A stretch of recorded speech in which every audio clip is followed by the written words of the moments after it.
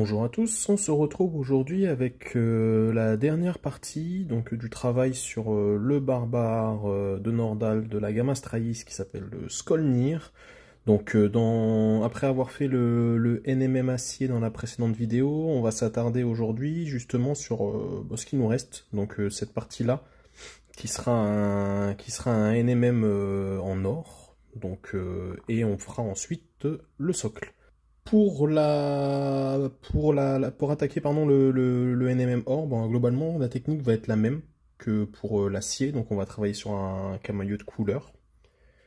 Donc pour celui-ci en fait je me suis basé sur ces teintes là, donc on va avoir mon assombrissement maximal qui sera donc du noir, mon marron, on va dire ma première ombre qui sera plutôt donc le Arbuckle Brown, donc on avait vu précédemment sur la fourrure, non pas celui-ci, pas ce orange, pardon. En troisième teinte principale, on va retrouver donc le Peanut Butter, qui est un marron clair, orangé, etc. Qui je pense fonctionne bien pour réaliser de l'or. Et enfin, en quatrième couleur principale, le Icy Yellow, on va appeler ça comme ça, qui est en fait un jaune très pâle, assez désaturé.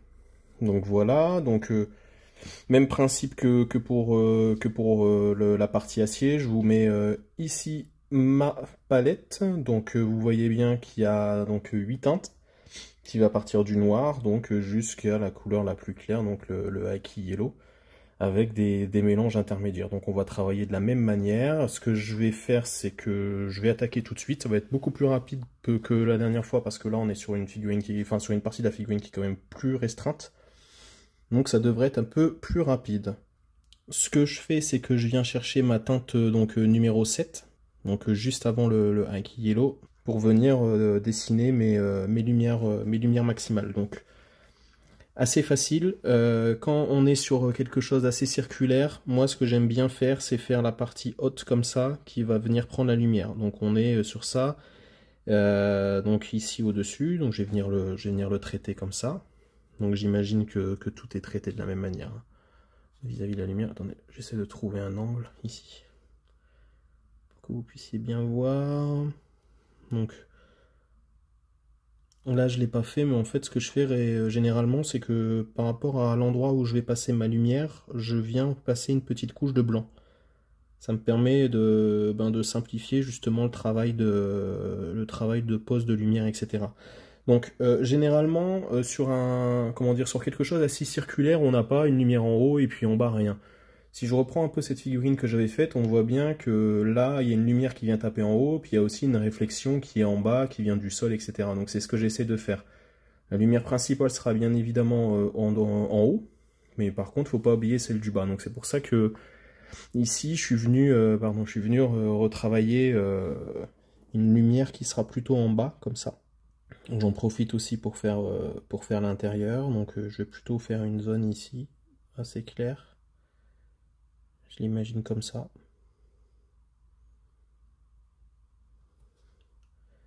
Et après, même principe que pour l'acier, on va venir faire des transitions, des couleurs intermédiaires, etc., etc. Donc voilà, je vais attendre que ça sèche. Pendant ce temps-là, je vais venir poser mon noir, donc qui sera mon ombre maximale. Donc mon ombre maximale, je vais venir donc en opposé de ma lumière. Donc si j'ai mes lumières qui sont en haut et en bas, je vais avoir donc mes ombres ombres maximales qui vont plutôt être sur les côtés. Donc je les descends ici, puis je vais en mettre une plutôt là, comme ça, à l'intérieur. Voilà, je viens récupérer mon numéro 7.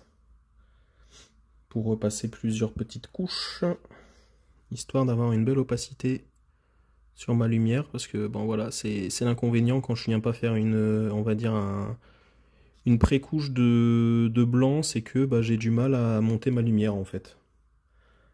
C'est ce que le blanc peut aider, c'est-à-dire que tout de suite quand on a une sous-couche blanche en dessous de ça, ou une teinte très claire, on a moins de difficultés. Donc voilà, maintenant que j'ai mon noir, que j'ai ça, etc., je vais venir avec ma teinte 5, pardon, Pardon, non, la 6, autant pour moi. Et je vais venir en fait venir la récupérer juste à côté de ma lumière, donc sur les bords de ma lumière. Donc on va venir les poser justement ici. On s'applique pas forcément. Pour rappel, hein, on va venir fondre tout ça après. Hop. On pose comme ça à l'intérieur. Donc je pense que c'est bon. On vient chercher donc la numéro 5 pour venir juste à côté comme ça. Hop. Et on commence déjà à venir fondre avec l'ombre qui est juste à côté. Ici on vient travailler dedans. Honnêtement, à l'intérieur c'est pas facile. Je viens reprendre donc ma teinte 6 pour essayer de fondre un petit peu là-dedans. C'est pas facile du tout, mais j'essaye. Comme ça. Je vais prendre ma teinte numéro 4, mais je vais venir ici et essayer de travailler comme ça autour pour finir un petit peu la liaison avec, donc avec l'ombre. Et là en bas, je viens la travailler également. Voilà. Donc maintenant que ça c'est fait, je viens prendre donc ma teinte numéro 8, donc la plus claire. Et je vais venir poser mes lumières maximales. Donc lumière maximale, hein, c'est pas compliqué, ça va être au-dessus, vraiment ici. On se rapproche d'un blanc. Là à l'intérieur, un petit point. Et en bas, ici. Donc voilà globalement à quoi ça ressemble. Je vais pas aller chercher plus loin que ça, je pense. Parce que je vais prendre quand même ma teinte numéro 5. Un petit peu diluée. Mais je vais venir tapoter dedans là pour essayer de lier un peu tout ça. Je prends ma 6. Parce que je vois que c'est quand même pas mal sombre à l'intérieur là. Je tapote. Je prends ma 7. Je vais remonter en fait une lumière à l'intérieur petit à petit comme ça en tapotant.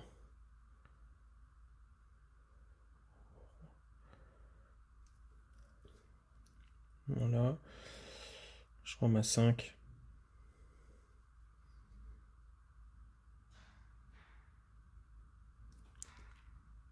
Je prends ma 6. Voilà. Donc là, ce qui va me rester à faire, c'est donc un lining qui va venir faire le tour pour justement dessiner tout ça. Donc je vais le faire le lining en couleur numéro 7, hein, pour pas être trop clair. Donc pas trop sur le pinceau. Et puis avec la tranche, ben, on va venir tourner autour comme ça. Hop.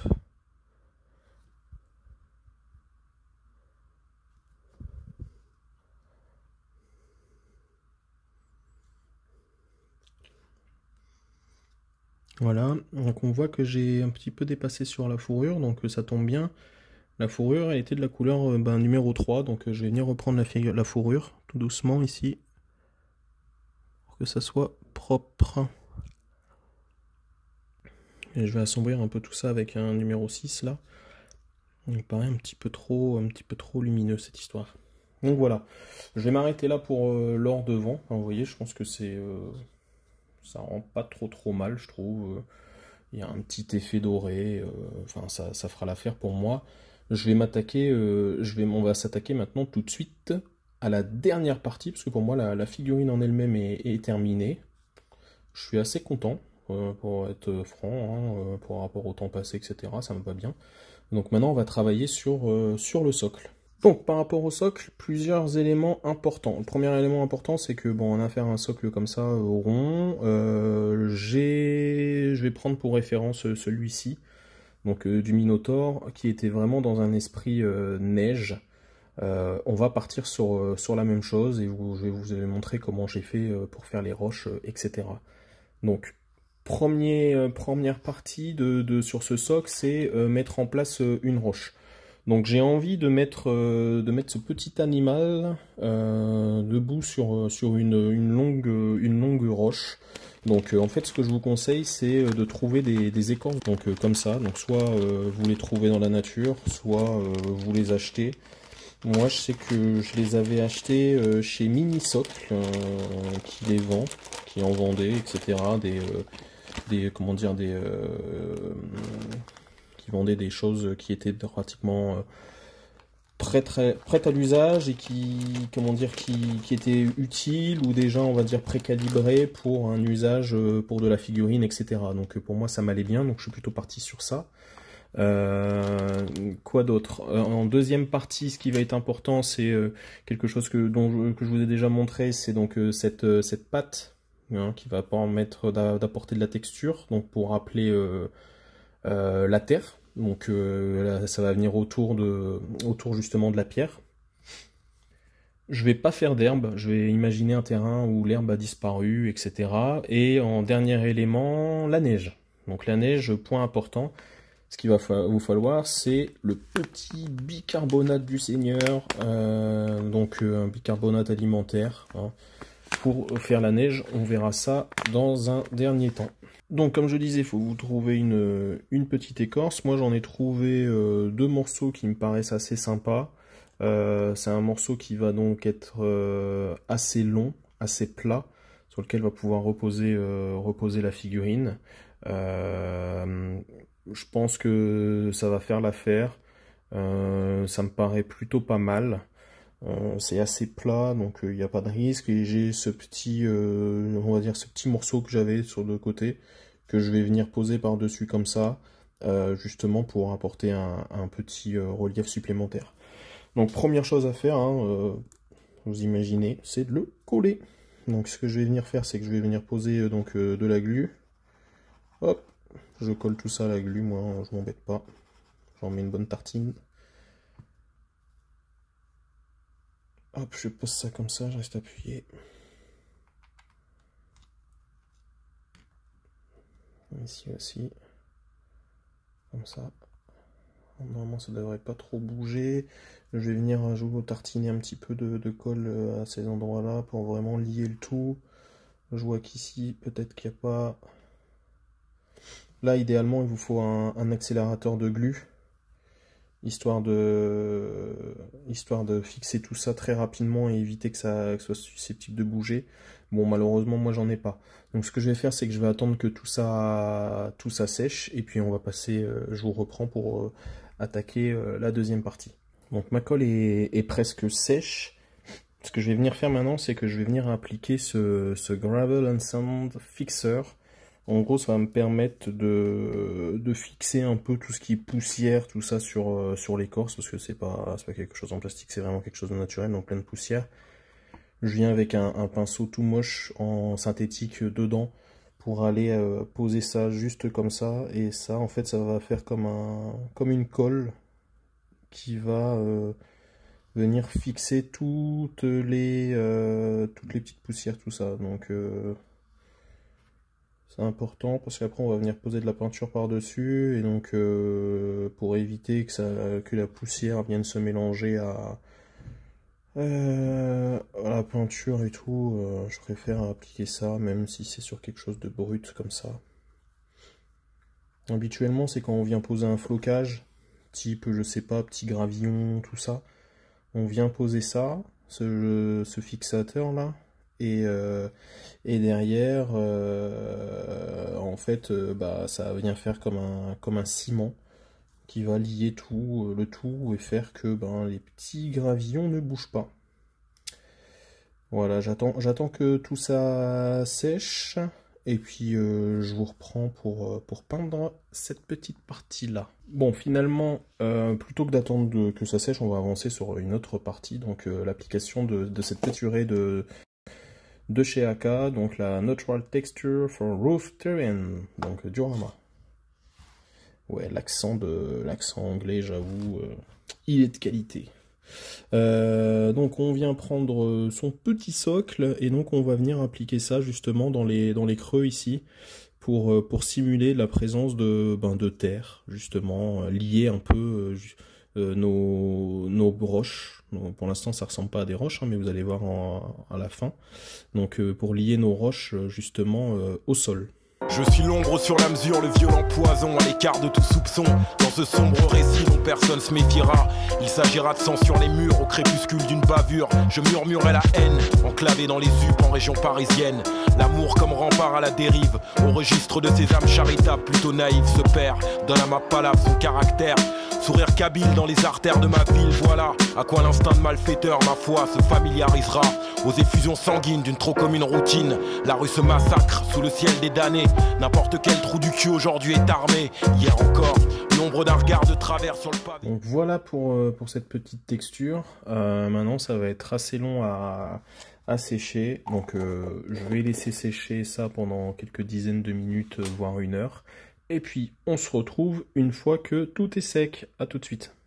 Le ciment et la texture étant maintenant sec, on va pouvoir passer à la colorisation. Donc, pour la texture ça va être assez simple. On va repartir sur notre marron principal depuis le début, donc le Arbuckle's Brown. Et c'est celui qu'on va appliquer justement pour représenter la terre. Donc on y va. Et donc on va venir appliquer ça sur la texture. L'ombre d'un regard de travers sur le pavé se dissipait dans un silence de mort. Le crime désormais à la parole trop facile, crois-moi, pour qu'on en rigole de joie sous ces lampadaires qui éclairent la misère. Et si j'exagère, l'obscurité la plus dense n'est jamais loin de la lumière la plus vive. Nourrit ces rumeurs de peur et de paranoïa à des heures tardives sous le tranchant de la lame d'un cran d'arrêt. À vos risques et périls, derrière les guirlandes d'acier d'une maison d'arrêt ou sur un disque vinyle. Considère-moi. Voilà pour le marron. Donc là déjà vous voyez on a une texture un peu de terre. C'est pas trop mal. On va faire la même chose avec la pierre qui est au dessus. Donc pour la pierre, bon, en fait c'est simple, on va partir sur un gris foncé. Donc là je regarde ce que j'ai. J'ai toujours ce truc de chez Warcolor. Je vais partir sur ça. Vu que ça me sert à rien ces pots, je les avais eu dans la set drop. Donc je vais partir sur ça. C'est pratiquement un noir, mais ça me va. Donc on est parti, hein, même chose. Et on va passer ça sur toute l'écorce. Considère-moi comme une bombe dont tu as allumé la mèche qui égrène les secondes d'une saison blanche et sèche. Considère-moi comme une bombe dont tu as allumé la mèche et qui égrène les secondes d'une saison blanche et sèche. Considère-moi comme une bombe dont tu as allumé la mèche et qui égrène les secondes d'une saison blanche et sèche. Considère-moi comme une bombe dont tu as allumé la mèche et qui égrène les secondes d'une saison. Je suis l'ombre sur la mesure, à la pointe d'une écriture. L'ombre de ces murs aux 1000 blessures, que des bouches murmurent entre deux rondes furibondes, du bleu criard ou blafard d'un gyrophare. Je tisse ma toile noire sur des cœurs hagards et je traîne mes guêtres sous les fenêtres de ces ruelles qui ont la lèpre. Au carrefour. Voilà, donc c'est terminé. Vous voyez là, on a eu un peu plus l'impression de voir une pierre, donc une pierre grise comme ça. Je vais laisser le tout sécher. Ah tiens, j'ai oublié une petite partie ici. Je vais laisser donc le tout sécher. Et puis je vous reprends pour la suite. Donc les deux peintures sont maintenant sèches. On va attaquer la suite. Donc on va s'attarder plutôt maintenant sur la pierre. Donc pour cela, je viens chercher un gris un peu plus clair. Pour rappel, hein, le précédent était un peu de cette teinte-là. On va partir sur un gris un peu plus clair. Bon, celui-ci est chaud, mais chaud dans le sens la couleur est chaude, pas est compliqué. Le but, c'est ici d'un peu faire un brossage à sec en fait sur la pierre. Donc l'inconvénient des brossages à sec, c'est que ça donne toujours quelque chose de poussiéreux, etc. Mais bon, vu que là on a affaire à une pierre, ben, même si c'est poussiéreux, ben, ça nous va bien, quoi. Donc c'est un peu l'effet qu'on va rechercher. Donc là pour moi le brossage à sec est adapté. Donc j'utilise très rarement, mais là pour moi il va avoir son intérêt. Donc je viens en appliquer comme ça par dessus de manière quand même assez importante. pour appliquer donc les premiers éclaircissements de cette manière-là, quoi. Donc, pour l'instant, on n'hésite pas à venir bien appliquer. C'est plutôt sur les teintes suivantes où on va venir appliquer la teinte avec parcimonie, quoi. Donc là, je sais pas si vous vous rendez compte, mais on commence vraiment à avoir un effet de pierre plutôt réaliste, plutôt sympa.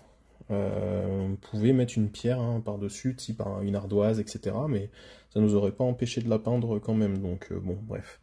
On continue, encore un gris un peu plus clair. Donc ici, c'est celui-ci pour voir un peu l'écart. Donc on monte. On y va.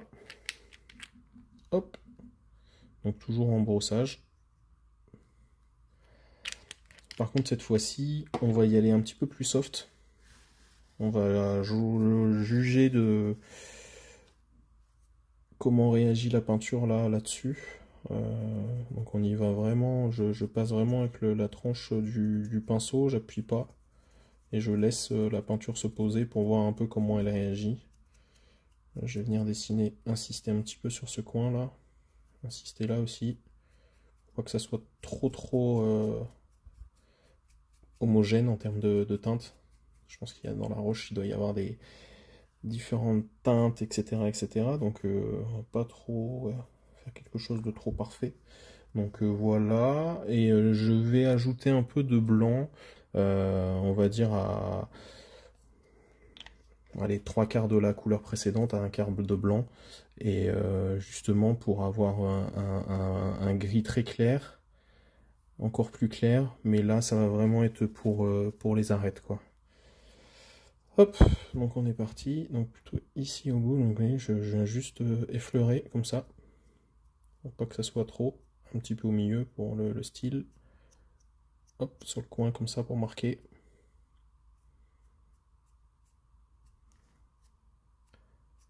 Et voilà, on va pas aller chercher plus que ça, pour moi ça me va, c'est même des fois peut-être un peu trop, mais vous allez voir, on va faire un petit suivi, enfin une nouvelle teinte par-dessus qui va venir un petit peu lier tout ça. Donc en fait, moi ce que je vais faire maintenant, c'est que je vais appliquer un petit shade, donc du Agrax Surf Shade.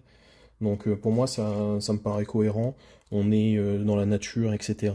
Une pierre parfaitement grise comme ça me paraîtrait même bizarre. Donc ce que je fais, c'est que je vais venir appliquer un petit shade en insistant plus sur les parties qui sont vers le bas, comme ça. Parce que là, on va en imaginant que justement ça a été un petit peu sali ou la terre a commencé à faire son œuvre ici, ou des choses ont poussé, etc. Donc je viens passer comme ça un peu par-dessus, un peu n'importe où, sans réfléchir. Donc là dans le creux, je l'imagine que ça c'est venu se mettre.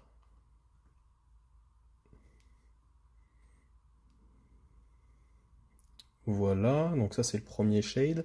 Et en deuxième, je vais passer la teinte bizarre là, uniforme anglais là de chez Prince Auguste, toujours un peu marron vert, etc.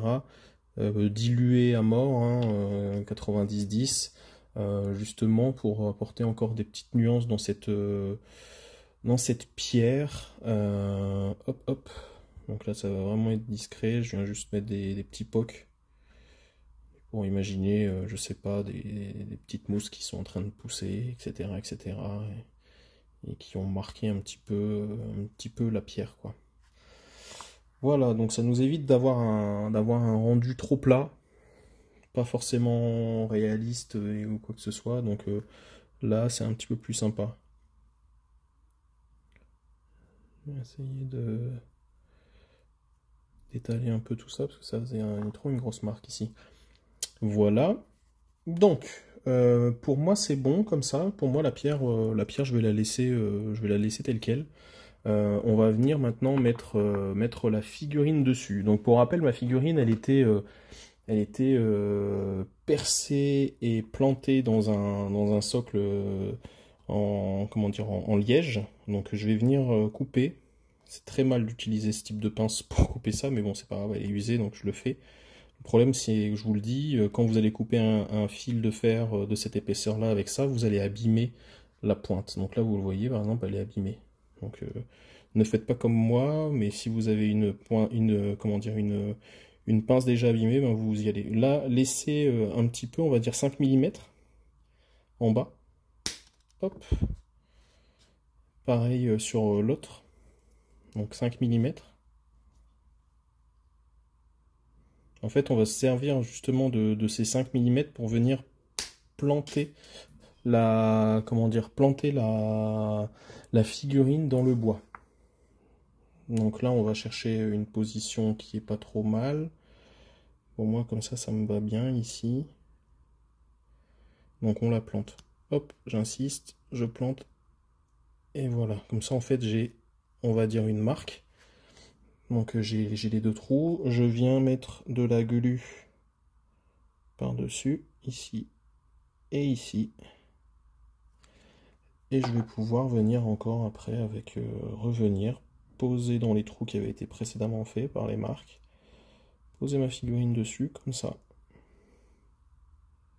Et là, c'est pas mal. Le hasard fait que cette patte ici vient se poser parfaitement comme ça. C'est hyper stylé. Voilà, je n'ai pas fait exprès. Enfin, moi, j'aime beaucoup.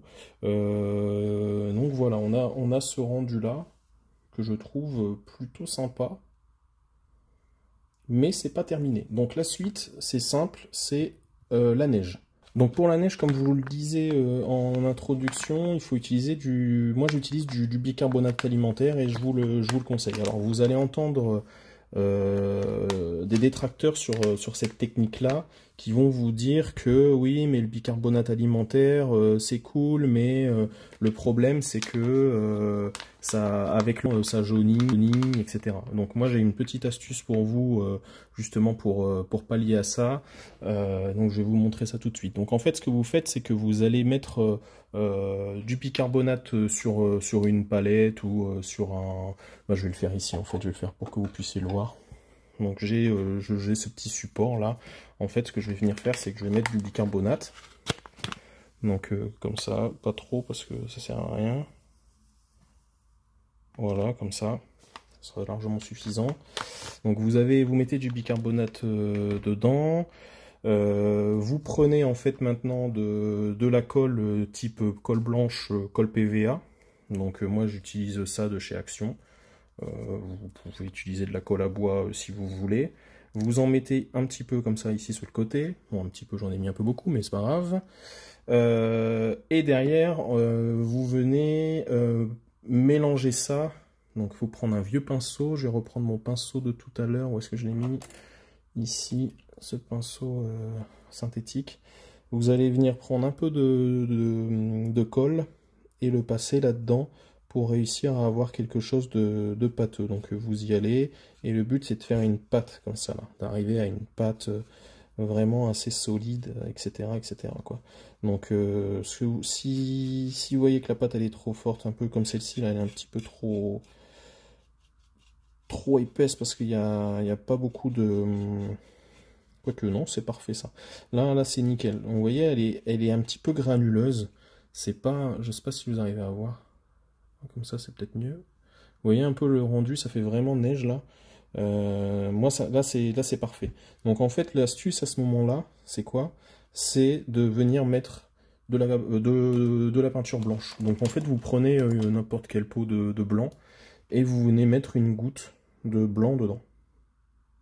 Tac, donc là j'ai mis une goutte. Et vous mélangez. Et en fait, cette petite pointe de blanc là qui est au milieu là, donc vous la mélangez, vous mélangez tout ça. La petite pointe de blanc, elle va protéger justement de l'effet de jaunissement sur le long terme. Et donc en fait vous allez pouvoir éviter de risquer de vous retrouver avec un truc tout jaune quoi à terme. Donc voilà un petit peu le rendu. Et donc maintenant qu'est-ce qu'il faut faire? Ce qu'il faut faire, c'est que voilà, avec votre vieux pinceau, vous le prenez comme ça en fait. Vous essayez de mettre comment dire cette neige là dans les poils. Moi je trouve que c'est même encore un petit peu trop liquide. Je vais voir un petit peu si J'ai envie d'ajouter encore un peu de bicarbonate. Je vais ajouter un petit peu en fait. C'est un petit peu trop encore, vous voyez, c'est un petit peu trop brillant là. Je vais pas réussir à avoir mon rendu, donc je vais ajouter un petit peu. Mettre sur le côté pour pas... Et après jauger moi-même. Voilà. Ah, la lumière est forte, donc vous voyez pas trop. Voilà, j'en ai remis un peu. Voilà, ça c'est mieux ça. Donc voilà, on a quelque chose qui est vraiment pas liquide. Et en fait, avec la... Donc voilà, ça c'est bon. Donc là, vous avez ça, vous allez avoir un pinceau dégueulasse comme ça. Et vous allez venir en fait appliquer ça, comme ça, en fait en tapotant. Vous allez frotter votre pinceau pour venir déposer des petites boules comme ça.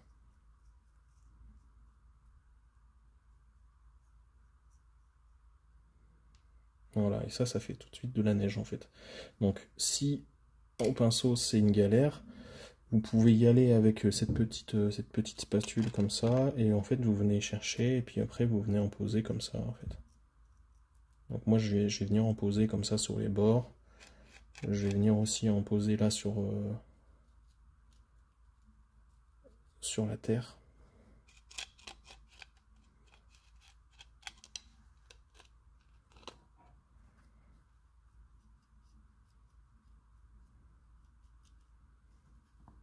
Hop. On peut imaginer qu'il y en a ici. Donc après c'est vraiment au jugé, hein, vous faites comme bon vous semble.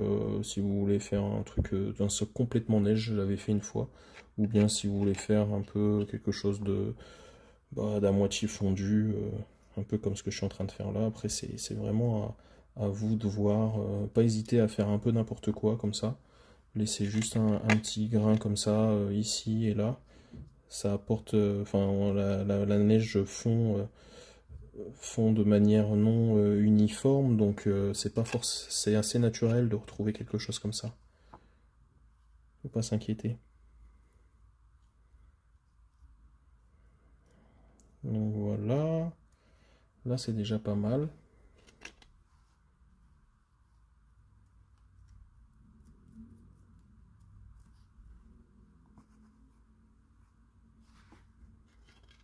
Bon, je vais venir mettre un peu de neige là dans le creux, imaginons qu'il y a eu du vent et que la neige est venue se mettre vraiment dans ce creux ici là.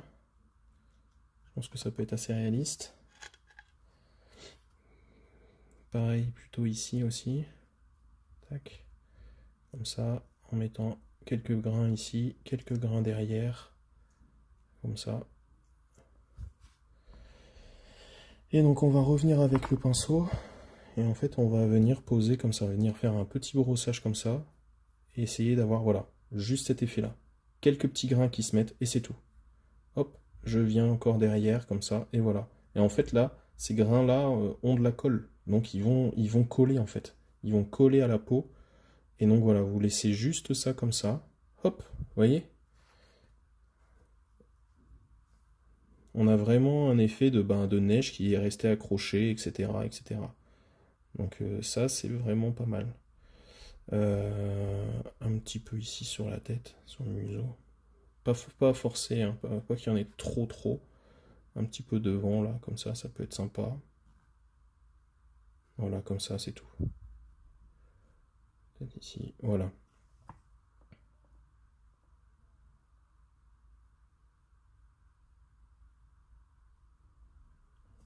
Voilà. Donc pour moi, c'est bon. Moi, je m'arrête ici.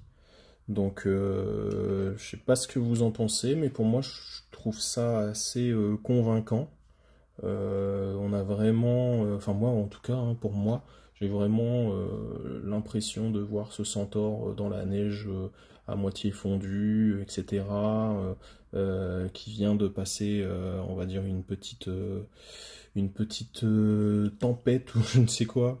Et qui a, j'ai enlevé un petit peu de celui-ci en devant, c'est too much. Ici aussi, c'est un petit peu too much. Tac. Par contre, je vais peut-être en mettre un peu sur les pattes, derrière ou quoi. Ici. Bon, tant pis. Ici, je vais en venir en chercher là. Juste un petit peu sur les pattes.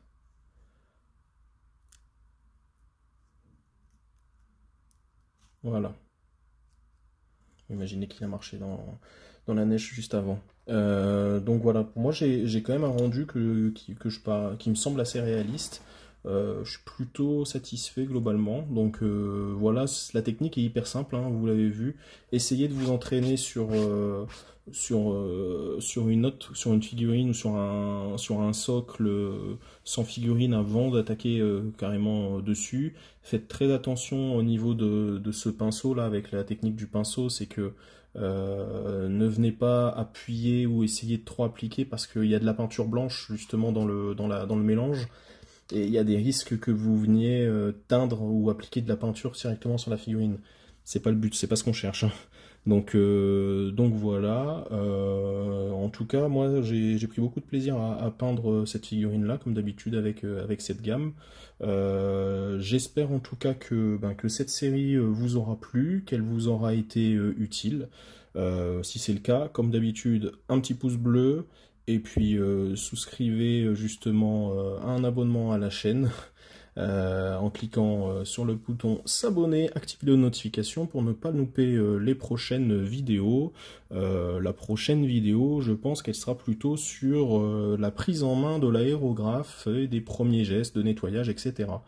Donc voilà, j'espère encore une fois que ça vous aura plu, et puis je vous dis à la prochaine fois, et bonne peinture. Considère-moi comme une bombe dont tu as allumé la mèche, qui égrène les secondes d'une saison blanche et sèche. Considère-moi comme une bombe dont tu as allumé la mèche, et qui égrène les secondes d'une saison blanche et sèche.